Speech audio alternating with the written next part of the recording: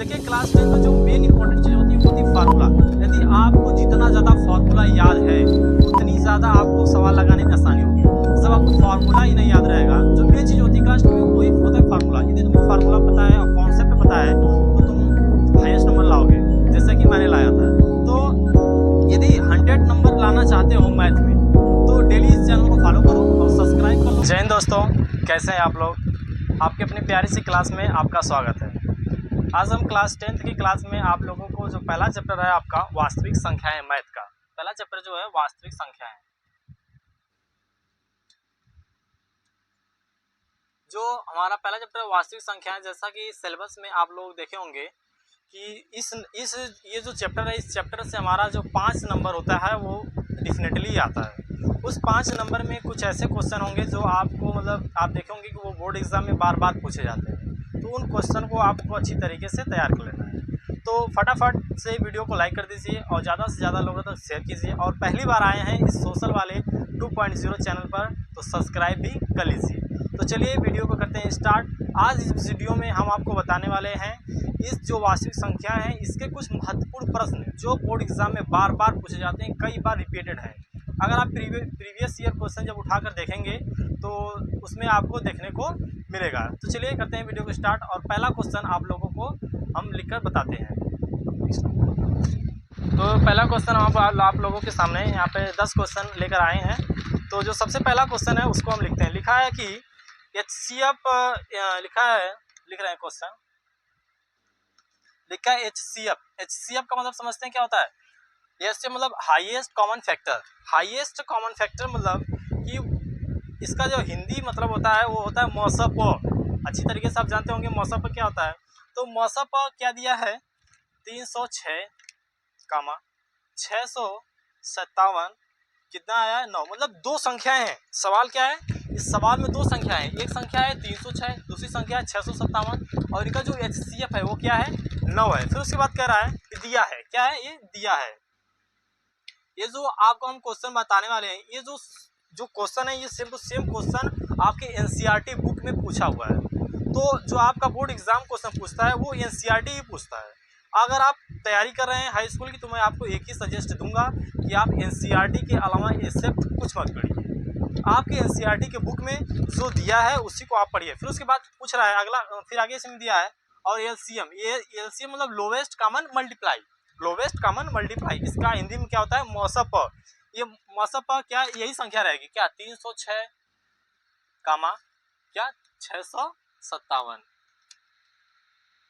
इसका क्या निकालना है? ये हमको ज्ञात करना है। सिंपल सा क्वेश्चन है, सिंपल सा क्वेश्चन है। बात तो समझ में आ रही होगी। आप लोगों ने जब चैप्टर पढ़ रखा होगा तो उस चैप्टर में एक जो बहुत ही विशेष जो उसमें बात बताई गई है, हालांकि ये आपके क्लास 7th में भी है, 8th में भी है, लेकिन आपके जो क्लास 10th है इसमें भी ये आपको देखने को मिलेगा। जो मेन चीज़ ये है कि कॉन्सेप्ट यहाँ पे, ये बात छोटा सा कॉन्सेप्ट ये है कि जो यहाँ पे देखिए दो संख्या है, कोई भी संख्या है, जैसे कि एक संख्या यहाँ पे क्या है? 306 है, दूसरी संख्या क्या है? 657 है। इन संख्या का अगर तुमको क्या पता है? मौसा पता है तो तुम लसा निकाल लोगे। समझ में आई बात? अगर तुमको लसा पता है तो तुम मौसा निकाल लोगे। अगर तुमको लसा भी पता है, मौसा भी पता है और उसमें से केवल एक संख्या पता है और दूसरी संख्या नहीं पता है तो तुमको लसा से और मौसा से और एक संख्या से तुम दूसरी संख्या निकाल सकते हो। क्यों? क्योंकि इससे एक फार्मूला बनता है। फार्मूला क्या है आपके क्लास में? उस फार्मूले को आपको अच्छी तरीके से तैयार करना है। फार्मूला क्या है भाई? जिसको जिसको याद है फटाफट लिखो कमेंट में फार्मूला क्या है। फार्मूला ये है पहली संख्या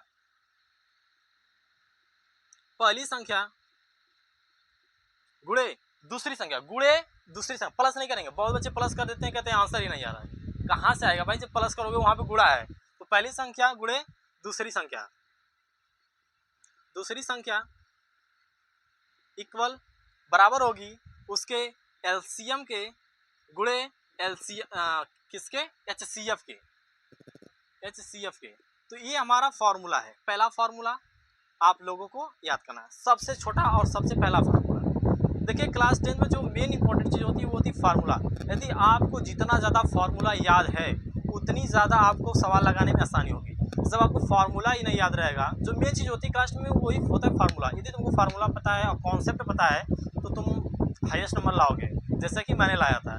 तो यदि 100 नंबर लाना चाहते हो मैथ में तो डेली इस चैनल को फॉलो करो और सब्सक्राइब कर लो, ताकि जो हमारी वीडियो रहे सबसे पहले आप देखो और आप उसको रिवीजन करते रहो। इस चैनल पर बता दें कि जो पहली बार आए हैं कि सभी विषय का आपको रिवीजन हम करवाएंगे। तो यहाँ पे फिलहाल आज मैथ की क्लास है, तो चलिए आते हैं पॉइंट पर। तो कुछ भी नहीं करना है हमको, बस जो हमारी पहली संख्या होगी पहली संख्या की जगह रख देंगे, जो दूसरी संख्या होगी उसको दूसरी संख्या रख देंगे। हमारा एलसीएम पूछा है तो एलसीएम की जगह हम क्या रख देंगे, यक्स रख देंगे, जिसको याद रखना है। और एचसीएफ की जगह हम क्या रख देंगे, हमारा जो दिया है 9 दिया है। ठीक, तो चलिए सवाल को हल करते हैं। तो देखिए सबसे बड़ा मायने ये रखता है कि आप सवाल कैसे लगाते हैं। देखिए सवाल तो सबके लगाने आता है, सवाल लगाना बहुत आसान होता है, लेकिन सवाल को बोर्ड कॉपी में लिख कर आना ये सबसे बड़ी बात होती है। तो हम आपको बोर्ड कॉपी में कैसे लिखना है उसके बारे में बताएंगे। तो सबसे पहले आप लिखेंगे हल, भले ही समय लगे लेकिन अच्छे से सवाल लगाइए।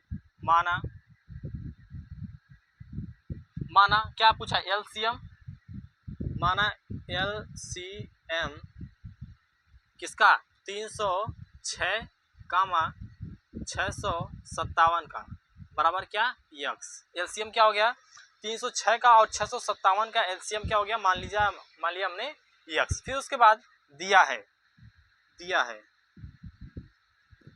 क्या दिया भाई, दिया है हमारा, दिया है कि जो एचसीएफ है वो क्या है 9 है, एचसीएफ क्या है 9 है। अब सूत्र पर रख दीजिए, पहली संख्या गुणे दूसरी संख्या बराबर एलसीएम गुणे एचसीएफ। तो हमारी पहली संख्या यहाँ पे क्या है 306, तो हम पहली संख्या लिख देंगे क्या 306। और बेहतर ये हो कि आप जब कॉपी लिखें बोर्ड एग्जाम में तो इस फार्मूले को भी अगर आप यहाँ पे लिख कर ऐसे बॉक्स में बना दे रहे हैं तो उससे इफेक्ट पड़ता है, उससे एग्जामिनर के ऊपर इफेक्ट पड़ता है, जिसके कारण वो आपको थोड़ा एक्स्ट्रा भी मार्क्स दे सकता है। जैसे 2 मार्क्स का आपका क्वेश्चन है तो उसमें कोई भी मार्क्स आपका एग्जामिनर नहीं काटेगा। ठीक, बहुत बच्चों का काट लिया जाता है, आधा मार्क्स काट लेंगे, 1 मार्क्स काट लेंगे, 2 मार्क्स का रहेगा। तो ठीक, तो पहली संख्या हमारी हो गई 306 गुणे दूसरी संख्या हमारी क्या है 657, दूसरी संख्या क्या है 657 बराबर एलसीएम हमारा क्या है भाई, एलसीएम नहीं दिया तो एलसीएम को क्या माने यक्स, एलसीएम की जगह हो जाएगा यक्स गुणे। फिर उसके बाद एचसीएफ हमारा कितना है, एचसीएफ कितना है 9, तो एचसीएफ की जगह कितना हो जाएगा 9। आगे लगाते हैं। अब उसके बाद अब चलिए इसको गुणा करते हैं। अब देखिए यहाँ पे गुणा आपको करेंगे तो थोड़ा बड़ा हो जाएगा, लेकिन अगर आप इधर का गुणा कर लें तो इधर के अगर 9 से अगर इसको हम काट देंगे तो थोड़ी आसानी होगी। तो चलिए इसको उसी तरह पहले उतार लेंगे, गुणा नहीं करेंगे, गुणा करेंगे तो थोड़ा कठिन हो सकता है। 657 इसको गुणा कर देंगे कितना हो जाएगा 9x, यक्स में 9 का गुणा करेंगे तो 9x हो जाएगा। देखिए बहुत कन्फ्यूजन होता है, यक्स में जब यक्स का गुणा करेंगे तो यक्स स्क्वायर हो जाएगा, यक्स में जब 2x का गुणा करेंगे तो 2x स्क्वायर हो जाएगा। ठीक, लेकिन जब यक्स में y का गुणा करेंगे तो xy हो जाएगा। क्या हो जाएगा xy। कैसे हो रहा है ये आपको मतलब 7-8 में पढ़ाया गया होगा। x जब यहाँ पे होता है सेम जब होंगे तो उसकी घात जुड़ जाती है, यहाँ पे एक घात यहाँ पे गुणा है तो घात जोड़कर कितना हो जाएगा 2 हो जाएगा। इसी तरह यहाँ पे 2x, यहाँ पे 1x, तो यहाँ पे 2 का 1 में करेंगे, यहाँ पे भी 1 होता है, यहाँ पे भी 1 होता है, तो इस 2 का 1 में होगा 2 हो जाएगा। फिर x का x में करेंगे तो x स्क्वायर हो जाएगा, कितना हो जाएगा 2x हो जाएगा। फिर उसके बाद यहाँ पे x का y, देखिए जब यहाँ पे दोनों अलग अलग हो जाएंगे, x भी अलग है y भी अलग है, तो यहाँ पे x y हो जाएगा। ठीक, लेकिन जोड़ने की कंडीशन में अगर आपका x है फिर प्लस x है तो क्या हो जाएगा 2x हो जाएगा, कितना हो जाएगा 2x हो जाएगा। इस तरह आपको इसको ध्यान में रखना होगा। ठीक, ये थोड़ी एक्स्ट्रा बातें थी हमने आपको बताई। फिर उसके बाद आते हैं यहाँ पे, अब जो यहाँ पे 9x है, अब इस 9 को हम इधर अगर नीचे ला दें, अगर नीचे क्योंकि यहाँ पे क्या है गुणा में है, जब बराबर की इस साइड लाएंगे तो किसमें हो जाएगा भाग में हो जाएगा। तो चलिए भाग में ला देते हैं। फिर 306 गुणे 657 भागे 9, इधर क्या बचा यक्स। अब हमने यक्स को इधर क्यों रखा, क्योंकि हमको वही ज्ञात करना है, एलसीएम ही हमको क्या करना है ज्ञात करना है। तो चलिए इसको देखते हैं, कोई इससे कट रहा है, यही कटेगा भाई, यही कटेगा। देखो 9 से कोई संख्या कब कटती है, 9 से कोई संख्या तब कटेगी जब कोई संख्या 3 से कटे, या इसका मतलब ये कि अगर कोई संख्या 3 से कट रही है तो 9 से भी कट जाएगी। और 3 से कटने का नियम ये होता है कि अगर उन संख्याओं का योग जो है, उस संख्याओं का योग अगर 3 से कट रहा है तो वो पूरी संख्या भी किससे कट जाएगी 3 से कट जाएगी। तो चलिए देखते हैं कि ये संख्या 3 से कट रही है कि नहीं। तो उसका योग मैंने बताया, उसका योग 3 से कटना चाहिए। तो जोड़ो इसको, 7 5 12, 12 6 18, 18 बताइए 3 से कट रहा है कि नहीं कट रहा है, कट रहा है। तो इसका मतलब 9 से भी ये संख्या क्या करेगी कटेगी। तो चलिए काटते हैं, 306 नीचे उतार लिए, इसको 9 से काटते हैं। चलिए 65, 9 का पढ़ा ऐसा पढ़ी, मतलब 9 के टेबल में क्या लाना है, 65 लाना है, या 65 से तो कम लाना है। तो 9 सत्ते 63, 9 सत्ते कितना हो जाएगा 63, यहाँ से कितना बचेगा 2, तो गुणे 9 सत्ते 63, यहाँ से बचा 2 और 2 इधर जाएगा, क्या हो जाएगा यहाँ पे 27, तो 9 त्रिका 27, ये 73 आ जाएगा। और यक्स, इसका मतलब हमारा जो एलसीएम हुआ वो क्या हो जाएगा 306 गुणे 73। और आपको ऐसे भी लिख देंगे तब भी आपका आंसर सही है, या इसको अगर आप अच्छी तरीके से लिखना चाहते हैं तो इसका गुणा करके नीचे लिख लीजिए, इसका गुणा करके लिखना है वो आपका काम है, आप लिख लीजिए। ठीक, तो पहला क्वेश्चन आपको समझ में आया कि नहीं, ये बताइए फटाफट। अब उसके बाद हम बढ़ते हैं अपने अगले क्वेश्चन की ओर, और हमारा अगला क्वेश्चन ये है, पहले हम इसको इरेज करते हैं।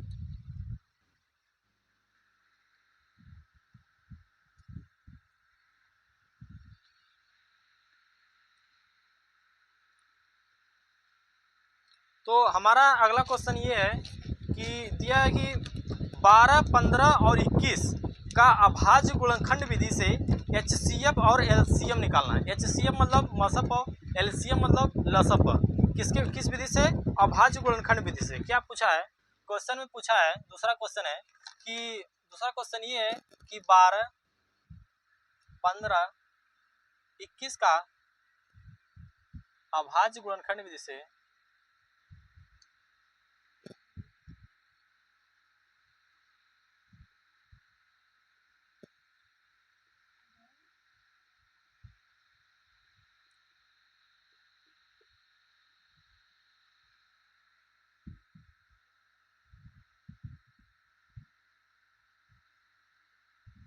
ठीक, तो क्या क्वेश्चन है कि 12 और 15 और 21, 12, 15 और 21 का हमको क्या निकालना है, LCM निकालना है और HCF निकालना है। तो देखिए आपने जो पहले पढ़ा है उसका LCM निकालने का तरीका और HCF निकालने का तरीका आपने पहले पढ़ रखा होगा, क्लास 8 में या क्लास 9 में आपने उसको पढ़ रखा होगा कि LCM कैसे निकालते हैं और HCF निकालते हैं। लेकिन जो क्लास 10th का सिलेबस है इसमें आपको कुछ अलग तरीके से निकालता है। जो HCF होता है यानी कि मौसम होता है, ये तो सेम मेथड से निकलता है कि सबका अलग अलग गुणनखंड कर लेंगे, फिर उन तीनों में जैसे 3 संख्या रहेगी तो 3 में, 2 रहेगी 2 में, 2 में 4 रहेंगी तो 4 में, उसमें जो कॉमन मिलेगा वो उसका मौसम हो जाएगा। ठीक, ये तो हो गया सिंपल भाषा। लेकिन जो लौसप का होता है यानी कि LCM का, उसका इसमें लगाने का तरीका कुछ अलग होगा, मतलब कि आप कुछ इसको आप नई तरीके से सीखेंगे। तो क्या तरीका होता है चलिए देखते हैं। तो सबसे पहले हम निकालते हैं पहले इसका मौसम, यानी सबसे पहले हम HCF इसका निकालते हैं। ठीक, तो हल और लिखते हैं HCF, इसका HCF निकालते हैं। तो HCF निकालने के लिए सबसे पहले आप 12 का गुणनखंड करेंगे, फिर 15 का गुणनखंड करेंगे और 21 का गुणनखंड करेंगे। गुणनखंड मतलब इसका तोड़ेंगे, किस मतलब किसको मिलाने पर ये 12 बना है। तो जैसे देखिए 12 कैसे बना है, 12 पहले क्या रहा होगा, 4 3 12, 4 रहा होगा, 3 रहा होगा तो 12 हो गया होगा, और जो 4 था उसको 2 गुणे 2 लिख सकते हैं। तो क्या लिखेंगे हम, 2 गुणे 2 गुणे 3। इसको कैसे मैंने किया, आप इसको इसी तरीके से ऐसे भी कर सकते हैं। 12 को 2 से काटेंगे, 2 छक्का 12, फिर 2 दूना 2 3 6, 3 एकम 3, और इसी चीज़ को मैंने यहाँ पे क्या लिख दिया है डायरेक्ट। तो इसको आपको डायरेक्ट इसको करने का आपका प्रयास कीजिए, ठीक, ताकि आपका समय बचे। फिर उसके बाद 15 को हम लिख सकते हैं क्या, 3 गुणे 5। 21 को क्या लिख सकते हैं, 3 गुणे 7। अब मैंने क्या बताया, HCF में यानी कि मौसम में हम ये देखते हैं कि कौन सी संख्या है जो तीनों में मिल रही है। तो बताइए कौन सी, इसमें कौन सा अंक है, कौन सी संख्या है जो तीनों में मिल रहा है। 12 में भी वो आया, 15 में भी आया, 21 में भी आया। तो क्या है हमारा, वो क्या है, 3 है। क्या है, 3 हमारा तीनों मिल रहा है। तो यहाँ पे हम सिंपल से लिख देंगे HCF बराबर कितना, 3। ये हमारा क्या हो जाएगा पहला आंसर। HCF बराबर क्या हो जाएगा, 3। HCF बराबर क्या हो गया, 3। बात समझ में आएगी नहीं, सिंपल सा है एकदम, आप लगा लेंगे। फिर उसके बाद LCM की बात करते हैं। LCM देखिए, LCM आप जब लगा रहे थे तो LCM लगाने का मतलब आप लोग अलग अलग तरीके पढ़े होंगे, लेकिन आज तो क्लास 10 में आपको पढ़ेंगे, ये आपका सबसे अलग तरीका है। ठीक, तो इसको अच्छी तरीके से आप देखिए। इसमें देखिए बहुत इंटरेस्टिंग, ये जो मेथड है बहुत ही इंटरेस्टिंग मेथड है। अगर आप HCF निकाल ले रहे हैं तो आपको LCM निकालने में ज़्यादा प्रॉब्लम नहीं होगी। क्या प्रॉब्लम नहीं होगी, प्रॉब्लम नहीं होगी। कैसे, थोड़ा देखिए, ध्यान से देखिएगा। गुणनखंड विधि से LCM निकालने का मेथड कहता है कि इन तीनों में जो कॉमन है पहले उसको लिखो, जो कॉमन है यानी कि जो इसका HCF है पहले उसको लिख लो। HCF इसका क्या है भाई, 3 आया, 3 आया, लिख लो 3। यहाँ पे हम डायरेक्ट इसको लगा रहे हैं, ठीक। HCF कितना आ गया हमारा 3, फिर गुणे, फिर उसके बाद कहता है कि जो पहला है, पहली जो पहला है इसमें 12, पहला क्या है 12 है, इसमें जो सबसे बड़ी घात है उसका मान लिखो। सबसे बड़ी घात इसमें क्या है, अब यहाँ पे इसको घात के रूप में बनाने के लिए आप इसको क्या लिख सकते हैं, 2 दुगुणे 2 को आप क्या लिख सकते हैं, 2 के घाते 2। 2 के घाते 2 का मतलब 2 कई बार है, 2 के घाते 2 का मतलब 2 कितने बार है, 2 बार। इस बात समझ में आई, 2 के घाते 2 का मतलब 2 बार है। तो इसमें कहता है कि पहले वाली की बड़ी घात, फिर मतलब पहली वाली की बड़ी घात नहीं, इन तीनों में से अगर कोई संख्या है और उसकी जो सबसे बड़ी घात है उसी घात को आप लिखेंगे। तो इसमें जो 2 है इसकी बड़ी घात क्या है, इसी की बड़ी घात है 2, और किसी में मतलब 2 है मतलब 2 घात नहीं है, तो इसको लिखेंगे। तो 2 की घात है 2, फिर गुणे, फिर कहता है 3 हमने लिख लिया, 2 लिख लिया, अब बात है 5 की और 7 की। बताओ 5 इसमें है, इसमें भी नहीं है, इसमें भी नहीं है, इसमें भी नहीं है, 5 इसमें है, तो 5 की घात यहाँ पे क्या है, 0 है। नहीं, 5 की घात यहाँ पे क्या है, 1 है भाई, 5 की घात क्या है, 0 है, 1 है, 5 की घात क्या है, 1 है। अब यहाँ पे एक बात थोड़ा एडवांस में हम आपको लेकर जाते हैं। आप कहेंगे अब यहाँ पे 5 नहीं है तो फिर भी हम यहाँ पे 5 क्यों लिखेंगे, यहाँ पे आपको 5 लिखना है, क्यों, मैं बता रहा हूँ। अब कह रहे हैं कि आप यहाँ पे 5 था नहीं, जैसा कि आपने बताया जो तीनों में मिलेगा वही लिखना होगा। आपने कहा यहाँ पे 5 है तो हम 5 लिख लेंगे, जबकि पहले वाले में और दूसरे वाले में नहीं है, पता नहीं चल रहा है कैसे। देखो 5 है और इसकी घात मान लो 0, 5 और इसकी घात मान लो क्या, 0। अगर कोई संख्या है और उसकी घात 0 है तो उसका मान 1 होता है। इस बात को माइंड में बैठा लो, कोई संख्या है उसकी घात अगर 0 है तो उसका मान 1 होगा, यानी कि 5 की घात यहाँ पे 0 है तो इसका मतलब यहाँ पे इसका मान 1 है, और 1 में जब किसी भी संख्या से गुणा करेंगे तो कोई भी इफेक्ट नहीं पड़ेगा, इसका मतलब यहाँ पे भी 5 है। तो अब यहाँ पे हम एक तरीके से हम केवल लिख लेते हैं 5 घाते 0। अब यहाँ पे भी क्या, 5 घाते 0, तो मैंने कहा जो तीनों में सबसे बड़ी घात होगी उसको लिखेंगे। तो यहाँ पे 5 की घात 0, यहाँ पे भी 5 की घात 0, ये दोनों की 0 हो गया है। सबसे बड़ी घात क्या है, 5 की घाते 1, तो 5 की घाते 1 यानी कि 5, तो यहाँ पे मैंने क्या लिख दिया 5। और उसके बाद उसी तरह सेम टू सेम कंडीशन क्या है 7 की, तो यहाँ पे हम क्या लिख देंगे 7। बात समझ में आएगी नहीं, मैं 5 और 7 क्यों लिखा, इतनी बात आपको समझ में आई कि नहीं। जो सबसे बड़ी घात होगी उसी को हम लिखकर गुणा करेंगे, ठीक। तो अब इसका गुणा करते हैं, सिंपल सा, 3 है और 2 की घात 2 तो 4 हो जाएगा, 5 और गुणे 7 गुणा करते हैं, 4 3 12, 12 5 60, 60 गुणे 7, 6 7 42, 0। ये क्या हो जाएगा, इसका LCM हो जाएगा, इसका आंसर हो जाएगा।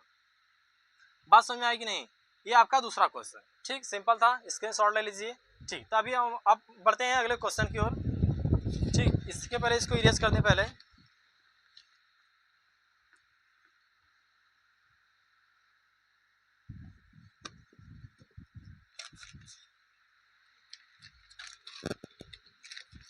हाँ, अगला क्वेश्चन है और बहुत ही इंटरेस्टिंग क्वेश्चन है। ये क्वेश्चन NCERT का है, आपके शायद 1.2 का है ये, और बहुत ही इंटरेस्टिंग क्वेश्चन है। थोड़ा इसमें कुछ है नहीं, कुछ स्पेशल भी नहीं है, लेकिन बस आपको इसमें थोड़ी सी बस ध्यान देनी होगी। लिखा है कि व्याख्या कीजिए, क्वेश्चन नंबर हमारा 3 है, क्या लिखा है, व्याख्या कीजिए। पहले हम आपको लिख देते हैं, फिर उसके बाद हम बताते हैं।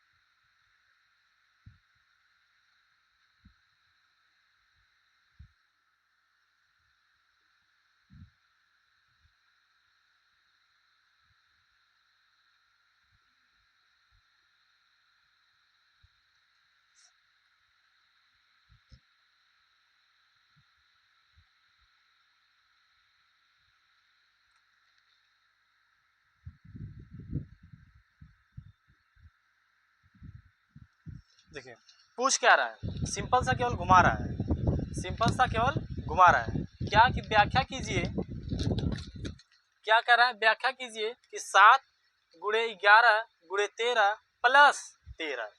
ध्यान रखेंगे क्या है, प्लस 13, गुणा 13 नहीं है। फिर कह रहा है और 7 गुणे 6 गुणे 5 गुणे 4 गुणे 3 गुणे 2 गुणे 1 प्लस 5। आपको यहीं पे ध्यान रखना है कि यहाँ पे क्या दिया है, प्लस दिया है, आपको प्लस दिया है। आप जाएंगे एग्जाम में जल्दी जल्दी में है, केवल देखेंगे गुणा, फटाक से लगा देंगे सब, नहीं गुणा नहीं, वो प्लस है। ठीक, आप बुक में दिया होगा। भाज्य संख्या क्या बताना है कि भाज्य संख्या, व्याख्या कीजिए। अब भाज्य संख्या क्या होती है, पहले आपको जानना पड़ेगा। भाज्य संख्या क्या होती है, अभाज्य संख्या होती है। तो सिंपल में हम आपको बताएंगे पहले भाज्य संख्या क्या होती है। चलिए, अगर आप जान जाएंगे कि भाज्य संख्या क्या होती है, बस सिंपल सवाल कुछ करना नहीं है। भाज्य संख्या, इस सवाल को बस समझना है आपको। भाज्य संख्या और एक हमारा एक होता है, इसका भाई होता है अभाज्य संख्या। ठीक, जैसे कि भाज्य संख्या में ये होता है कि अगर कोई संख्या है, अगर वो संख्या खुद से विभाजित हो रही है, जैसे कि 4 को मान लो, 4 को 4 से विभाजित करोगे 1 आएगा। कोई संख्या है 4 से विभाजित हो जाए 1 से भी, मतलब कोई संख्या खुद से विभाजित, 4 से मतलब 4 तो 4 से विभाजित होगी, 5 है तो 5 है, मतलब कोई संख्या जो खुद से विभाजित हो जाए, किसी अन्य संख्या से विभाजित हो जाए और 1 से भी विभाजित हो जाए। क्या मैं बताया, खुद से विभाजित हो जाए, 1 से विभाजित हो जाए और किसी अन्य संख्या से भी विभाजित हो जाए 3 बार, किसी खुद से, 1 से और किसी और से भी, तो उसको कहेंगे भाज्य संख्या। जैसे कि जो सबसे छोटी भाज्य संख्या होती है वो 4 होती है। क्या आती है, 4। तो जो 4 होगा, 4 को 1 से विभाजित करोगे तो 1 चौको 4, 4 को 4 से विभाजित करोगे तो 4 4 एकम 4, 4 को 2 से विभाजित करोगे तो 2 दूना के 4। तो 4 क्या है, भाज्य संख्या। इसका नहीं मतलब कि कोई संख्या जो 1 से विभाजित हो जाए, स्वयं से विभाजित हो जाए और किसी अन्य संख्या से भी विभाजित हो जाए तो उसको कहेंगे भाज्य संख्या। जैसे कि एग्जाम्पल और देखते हैं हम आपको, 12 हमारा क्या है, एक भाज्य संख्या है। 12 किसी विभाजित होगा, 12 से हो जाएगा, 1 से होगा, 3 से होगा, 4 से भी होगा, 2 से भी होगा, 6 से भी होगा कि नहीं बताइए। तो इतनी सारी संख्याओं से विभाजित हो जा रहा है तो ये क्या हो जाएगी, भाज्य संख्या। अब बात करते हैं अभाज्य संख्या। अभाज्य संख्या जैसे इसका उल्टा है, अभाज्य संख्या जो खुद से कटे और 1 से कटे, खुद से विभाजित हो और 1 से विभाजित हो और किसी अन्य संख्या से विभाजित ना हो तो उसको क्या कहेंगे, अभाज्य संख्या। जैसे कि जो सबसे छोटी अभाज्य संख्या है वो क्या है, 2 है। 2 को हम किससे काटेंगे, 1 से और किससे, 2 से। और किसी से काट सकते हैं 2 को, नहीं काट सकते। और जैसे बात करते हैं हम 5 को हम काटेंगे 1 से और 5 से। जैसे हम बात करते हैं 19 को हम किसी विभाजित करेंगे 1 से और 19 से, और किसी से विभाजित कर लेंगे नहीं, तो 19 क्या हो जाएगी, हमारी अभाज्य संख्या। और जब किसी 1 से और खुद से और किसी अन्य संख्या से विभाजित करेंगे तो उसको कहेंगे भाज्य संख्या। ठीक, तो यहीं पे वही पूछा है।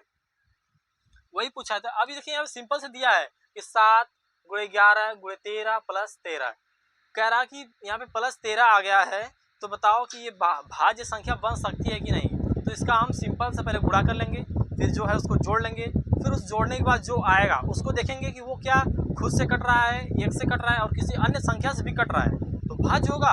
अगर किसी और संख्या से नहीं कटेगा तो सिंपल सा अभाज्य होगा। तो सबसे पहला वाला हम लगाते हैं और दूसरा वाला आप बताइएगा अपने से। तो पहला हम करते हैं इसको, चलिए हल लिखते हैं। हल में संख्या क्या दिया है, संख्या है 7 गुणे 11 गुणे 13 प्लस 13। ठीक, अब उसके बाद चलिए इसको गुणा करते हैं। 11 सत्ते 77 गुणे 13 प्लस 13। बहुत बच्चे करेंगे अब यहाँ से 13 जोड़ लेंगे फिर इधर गुणा करेंगे, गलत है भाई। वही तो तुमको ध्यान देना है कि यहाँ से 13 26 में 77 से गुणा कर दिए, आंसर लिख दिए, बिल्कुल गलत हो जाएगा। सबसे पहले आपको गुणा करना पड़ेगा, तो गुणा कीजिए 13 इसमें 13 का 77 में, तो गलत ना हो इसलिए मैं आपको अच्छी तरीके से यहाँ पे करके दिखाता हूँ बच्चों की तरह। 3 सत्ते 21 2 हुआ। ठीक, कैलकुलेशन आपको अच्छी तरीके से तैयार करना होगा। 3 सत्ते 21 2, 3 सत्ते 21 और 2 23, फिर 1 सत्ते 7 1 सत्ते 7 1 7 3 10 7 2 9 1 10, 100 कितना आया, 7 3 10 7 2 9 1 10, कितना आया 1001। कितना आ गया हमारा 1001, मतलब 77 में 33 से गुणा करेंगे तो कितना आ जाएगा 1001 प्लस 13। बात समझ में आई इतना। अब इसको हम अपना जोड़ लेंगे, तो 1001 में जब हम 13 जोड़ेंगे तो क्या हो जाएगा, कितना हो जाएगा 1014। अब बताइए 1014 किससे किससे कटेगा, चलिए देखें 1014 पहली बात तो 2 से कटेगा क्योंकि लास्ट में क्या आया 4, कटेगा कि नहीं कटेगा। फिर उसके बाद बताइए लास्ट में 4 आया तो 4 से भी कटेगा, कटेगा कि नहीं कटेगा। 1014 से ही कटेगा भी और 1 से भी कटेगा। तो बस इतना ही देखना, तुमको पूरा उसकी डिटेल नहीं निकालना कि इससे कट रहा है इससे कट रहा है, ये सब नहीं बताना, बस तुमको बताना भाज्य संख्या है कि नहीं। तो 2 से भी कट गया, 4 से भी कट गया, 1 से भी कट गया और 1014 से भी कट गया।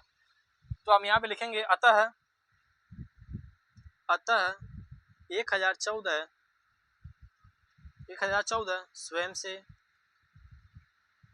स्वयं से कामा 1 से तथा अन्य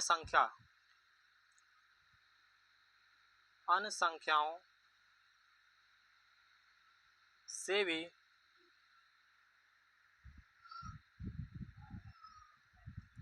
विभाजित हो रही है। अतः विभाजित हो रही है यहाँ से, फिर अतः ये क्या 7 गुणे 11 गुणे 13 प्लस 13 एक भाज्य संख्या, क्या है एक भाज्य संख्या है, एक भाज्य संख्या है। अब इसका ये जो सवाल है इसको आप लगाएंगे और इसका आंसर आप कमेंट में लिखेंगे, ठीक, कि मतलब ये भाज्य संख्या है कि नहीं है, हाँ या ना में आपको आंसर देना होगा, ठीक। तो 3 क्वेश्चन हो गए। अब हम अगला क्वेश्चन बताते हैं आपको, चौथा क्वेश्चन। जो चौथा क्वेश्चन है और बहुत ही इम्पोर्टेंट क्वेश्चन है क्योंकि एक क्वेश्चन आपके 2 नंबर में या 4 नंबर में भी पूछ सकता है। क्यों? क्योंकि इस क्वेश्चन का ये जो पहला चैप्टर है वास्तविक संख्याएं, इस वास्तविक संख्याओं के जो चैप्टर है इस चैप्टर का जान है, ये क्वेश्चन जान है। और इस चैप्टर का जो जान क्वेश्चन है वो आप जानते हो क्या है, यही है कि सिद्ध कीजिए भैया कि करड़ी में 2 एक अपरिमेय संख्या है। दिमाग बहुत खराब करता है कि नहीं बताओ, ये क्वेश्चन बहुत दिमाग खराब करता है कि सिद्ध कीजिए कि करड़ी में 3 एक परिमेय संख्या है, सिद्ध कीजिए कि करड़ी में 4 एक परिमेय संख्या है। करड़ी में 4 परिमेय संख्या है? नहीं भाई, करड़ी में 4 अपरिमेय नहीं परिमेय संख्या है। कैसे वो भी बताएंगे। सिद्ध कीजिए कि करड़ी में 7 अपरिमेय संख्या है, सिद्ध कीजिए कि करड़ी में 11 अपरिमेय संख्या है। कोई भी क्वेश्चन दे दें, बस ये शर्त होनी चाहिए कि जो करड़ी होगी हमारी उस करड़ी के अंदर कोई अभाज्य संख्या होनी चाहिए। क्या? कोई अभाज्य संख्या। अभाज्य संख्या मतलब कि वो खुद से कटनी चाहिए और 1 से कटनी चाहिए। इसके अलावा अगर वो किसी और से भी कटी तो वहाँ पे दिक्कत हो सकती है, परिमेय भी हो सकती है और अपरिमेय भी हो सकती है। लेकिन अगर वो अभाज्य संख्या ही करड़ी में है तो ये तो 100% चांस है कि वो अपरिमेय संख्या ही होगी, चाहे वो कोई भी संख्या हो, ठीक। तो क्वेश्चन ये है सिंपल सा,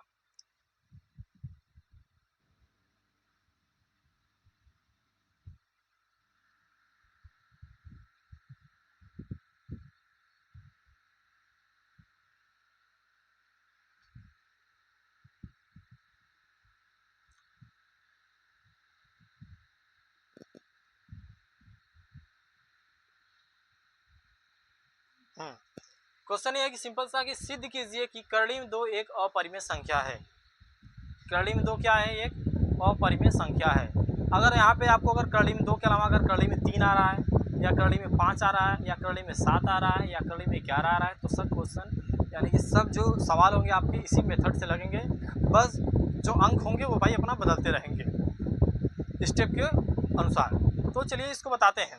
कंसिडरेट होकर आपको ध्यान से देखना है और कॉन्सेप्ट इसमें समझना है, आपको क्या कॉन्सेप्ट है इसमें। तो अपरिमेय संख्या है, इसको देखिए या तो हम डायरेक्ट कर दें या तो डायरेक्ट आपको मनवा दें कि भाई रटा दें आपको कि करड़ी में 2 कहीं भी दिखेगा तो उसको अपरिमेय कर देना ये, या तो हम इसको कह दें कि करड़ी में जो 2 है इसको चलो हम मान लेते हैं पहले परिमेय, फिर इसका कुछ कैलकुलेशन करते हैं। कैलकुलेशन करने के बाद अगर लास्ट में हमारा कुछ गड़बड़ दिखा, परिमेय तो हमने माना, परिमेय के हिसाब से कैलकुलेशन कर रहे हैं, लेकिन लास्ट में अगर कुछ गड़बड़ दिख गया तो हम समझेंगे कि ये भाई परिमेय नहीं है क्योंकि इसका कुछ गड़बड़ दिखा। जब कुछ गड़बड़ दिखा तो ये परिमेय नहीं होगी, तब क्या होगी? अपरिमेय होगी, क्योंकि संख्याएं 2 ही होती हैं, या तो वो परिमेय रहेगी या तो वो अपरिमेय रहेगी। तो अब 2 कंडीशन है। तो चलिए देखते हैं ये परिमेय है या अपरिमेय है। अब फिलहाल जानते हैं कि अपरिमेय ही है। तो हल करने का तरीका क्या है? सबसे बड़ा मायने रखता है हल करने का तरीका। इसको हम थोड़ा आपको बताएंगे ध्यान से, कंसेप्ट इसमें आप समझिएगा थोड़ा सा। जो शुरू का कंसेप्ट होता है वो मेन है, अगर आप उसको समझ जाएंगे तो फिर लास्ट में आपको पूरा समझ में आएगा। ठीक, तो ये कह रहा है कि सिद्ध कीजिए कि अपरिमेय संख्या है। तो पहले मान लेते हैं कि भैया ये परिमेय है, तुम कह रहे हो अपरिमेय, हम मानेंगे क्या, परिमेय संख्या। लिखेंगे माना करड़ी में 2 एक परिमेय संख्या है।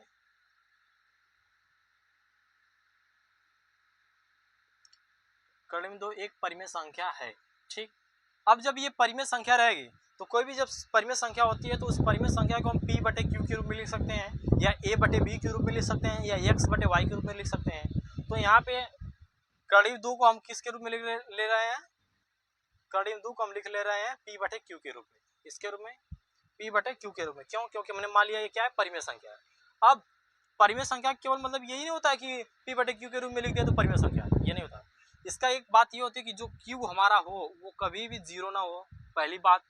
दूसरी बात, परिमेय संख्या की शर्त कहती है कि जो p और q होगा वो पूर्णांक होगा। क्या होगा, पूर्णांक होगा, और सअभाज्य संख्या होगी। सअभाज्य संख्या, सअभाज्य संख्या, सअभाज्य संख्या क्या होता है अभी बताएंगे। जो p, q पूर्णांक होंगे, पूर्णांक हैं, तथा pq एक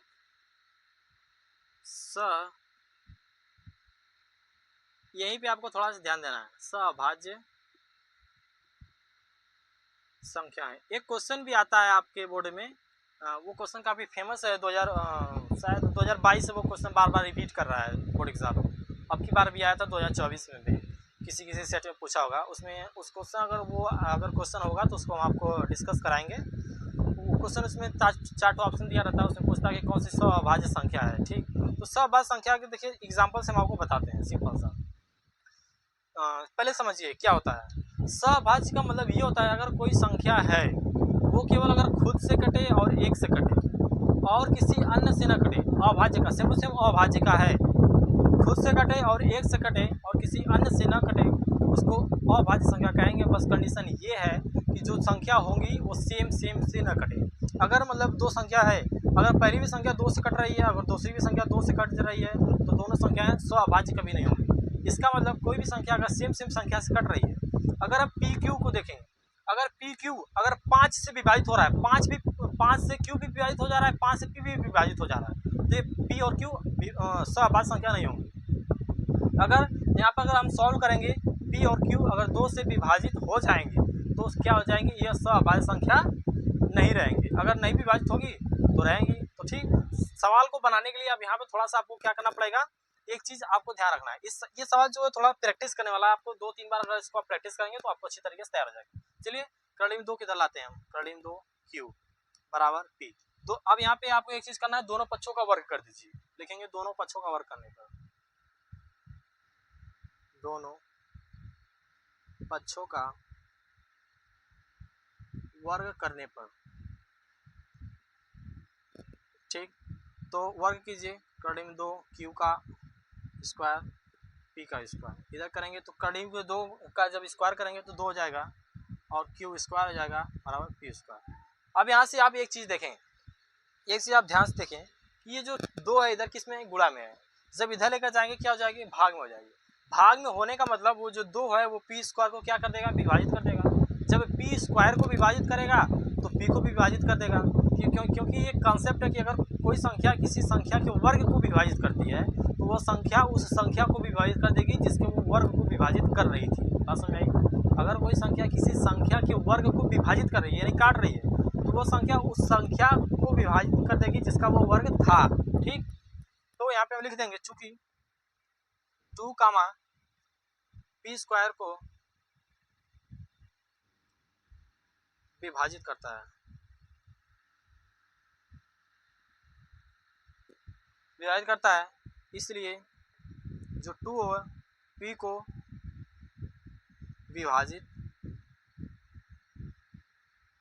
विभाजित करेगा। बात इतनी समझ में आएगी नहीं, इतनी बात समझ में आएगी नहीं। अब इसको मान लीजिए कि समीकरण 1 मान लेते हैं। क्या मान लेते हैं, समीकरण 1। फिर उसके बाद अब यहाँ से हम थोड़ा उसको मिटा रहे हैं, थोड़ा ताकि सवाल और बड़ा है, ठीक, इधर से हम थोड़ा मिटा रहे हैं। इस बात को ध्यान रखेंगे, आपको इधर बगल में लिखना पड़ेगा, क्योंकि एग्जामिनर इतना यही देखकर आपका नंबर देगा कि जो पी क्यू परिमेय संख्या होगी, जो क्यू होगा वो 0 के बराबर नहीं होगा। फिर उसके बाद जो पी और क्यू होगी वो अभाज्य संख्या होगी, इतना आपको लिखना पड़ेगा, वैसे जैसे मैं लिखा था। फिर उसके बाद समीकरण, अब यहाँ पे समीकरण 1 से,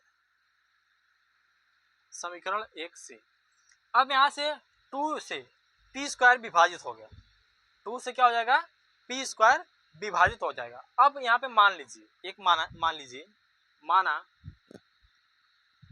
माना जो ये P है, इस P को मान लीजिए 2 के। अब आप पूछेंगे मैं 2 क्यों माना, क्योंकि अगर मैं यहाँ पे 2 के मान लूँगा, P के जगह 2 के मान लूँगा तो 2 से 2 कट जाएगा, 2 से 2 कट जाएगा, और जो के स्क्वायर बचेगा यानी कि पी स्क्वायर मतलब के स्क्वायर, इधर भी स्क्वायर, इधर इसका इधर में देखिए पी लिखा सिंपल, तो इधर के, तो इधर पी स्क्वायर आएगा तो इधर के स्क्वायर हो जाएगा, तो दोनों बराबर हो जाएंगे। बात समझ में आएगी नहीं, तो हम माना पी बराबर 2 के हो सकता है। फिर उसके बाद पी का मान समीकरण 1 में रखने पर, पी का मान समीकरण 1 में, समीकरण 1 हमारा क्या है, 2q स्क्वायर बराबर पी स्क्वायर, ठीक।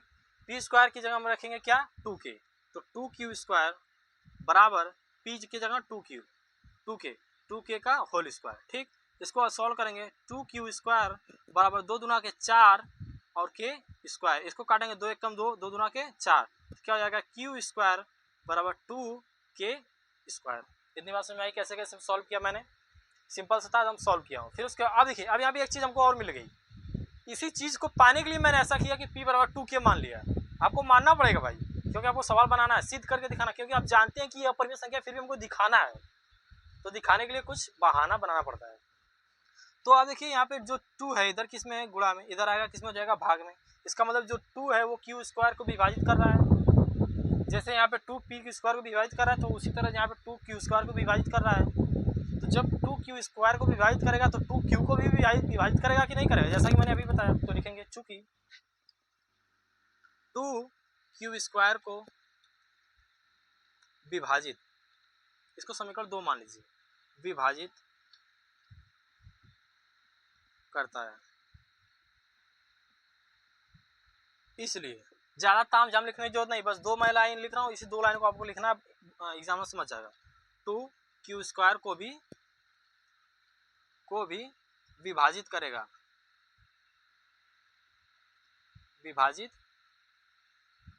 इतनी बात समझ आई।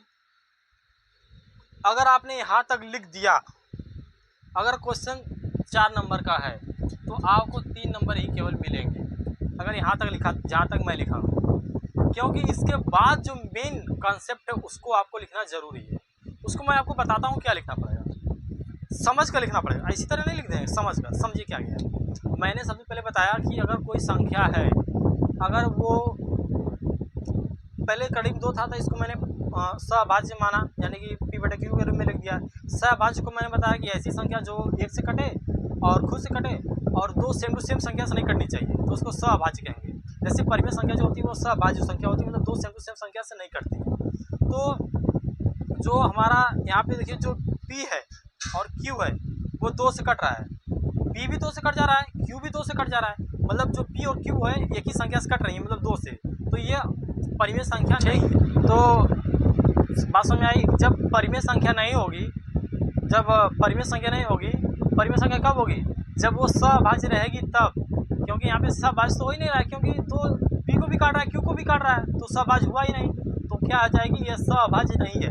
जब कोई संख्या सहभाज्य नहीं होगी तब वो क्या हो जाएगी, अपरिमेय संख्या होगी। बात समझ आई। तो आपको नीचे आप लिखेंगे, आप नीचे ये लिखेंगे कि पी कामा क्यू दोनों 2 से विभाजित हो जा रहे हैं, अतः मैं क्या बोल रहा हूँ ध्यान सुनिए, पी कामा क्यू दोनों संख्याएं 2 से विभाजित हो रही हैं, अतः यह सहभाज्य संख्या नहीं है, जो कि हमारी पूर्व कल्पना का विरोधाभास कर रही है, क्योंकि हमने पहले माना किया था कि यह सहभाज्य संख्या है, हमारी पूर्व कल्पना की विरोधाभास कर रही है, अतः करड़ी में 2 या करड़ी में 3 जो भी रहेगा वो क्या है, एक अपरिमेय संख्या है। इतनी बात समझ आएगी नहीं। आप क्या लिखेंगे कि जो 2 है वो p को भी विभाजित कर रहा है, q को भी विभाजित कर रहा है, अतः जो p पी और क्यू है वो सअभाज्य संख्या नहीं है, जो कि हमारी पूर्व कल्पना का विरोधाभास हो रहा है। अतः हम कह सकते हैं कि करली में 2 या करली में 3 जो भी रहेगा वो हमारी एक अपरिमेय संख्या है। इतनी बात समझ में आई कि नहीं? ठीक, तो आज की वीडियो में इतना ही क्वेश्चन थोड़ा बड़ा था इसलिए थोड़ा और भी समझ लग गया। ठीक, तो अब अगले दिन फिर क्वेश्चन मतलब इसके जो और भी क्वेश्चन है लगभग हम आपको 10 या 12 क्वेश्चन इसके बताएंगे पहले चैप्टर से। इसके बाद आपको कोई क्वेश्चन देखने को नहीं मिलेगा एग्जाम में। इसके बाद अगर आप देख लेंगे कोई क्वेश्चन तो फिर आकर कहिएगा। इसके बाद आपको कोई क्वेश्चन नहीं मिलेगा, जो मैं आपको 10-12 क्वेश्चन बताऊंगा उसी क्वेश्चन को आप प्रैक्टिस कर लीजिए बस, इसके अलावा कुछ भी नहीं। ठीक, फिर अब इस टाइप के जो करली वाला सवाल है, जैसे कि यहाँ करली में 2 था, इसमें कई टाइप के सवाल आते हैं। जैसे कुछ टाइप के मैं यहाँ पे सवाल आपको लिख रहा हूँ लेकिन उसको सॉल्व नहीं कराऊंगा, उसको मतलब किसी अलग वीडियो में केवल करली वाला ही सवाल आपको लेकर आऊँगा, उसमें आपका 4 नंबर फिक्स हो जाएगा। जैसे कि मैं सवाल लिख दे रहा हूँ किस टाइप के होते हैं, कौन कौन से। जैसे कि आपका ये सिंपल वही रहेगा कि सिद्ध कीजिए कि ये अपरिमेय है। बस मेथड क्या रहेगा, पहला तो सिंपल मेथड था कि करली में 2 या करली में 3 या करली में 5 या करली में 7 या करली में 9 नहीं 11। ठीक, ये हो गया 11। फिर दूसरा मेथड ये होता है कि 1 प्लस करली में 2, 1 प्लस करली में 3, एक मेथड। दूसरा मेथड, तीसरा मेथड 1 माइनस करली में 2, इसको सिद्ध कीजिए। तीसरा मेथड ये होता है कि 3 करली में 3, इसको सिद्ध कीजिए कि अपरिमेय संख्या होती है। चौथा मेथड कि 1 बटा के करली में 2, सिद्ध कीजिए कि अपरिमेय संख्या होती है। चाहे जैसे भी दे दे, बस आपको सॉल्व करने आना चाहिए। इतने टाइप्स होते हैं, और भी टाइप होते हैं इसमें, इतना ही नहीं मतलब कि बस यही, और भी इसमें होते हैं। तो इसमें जो जितने भी टाइप के क्वेश्चन आते हैं सबको हम आपको बताने वाले हैं, सब हम आपको बताएंगे कि कैसे कैसे मतलब क्वेश्चन आते हैं और उसको लगाने का मेथड क्या है।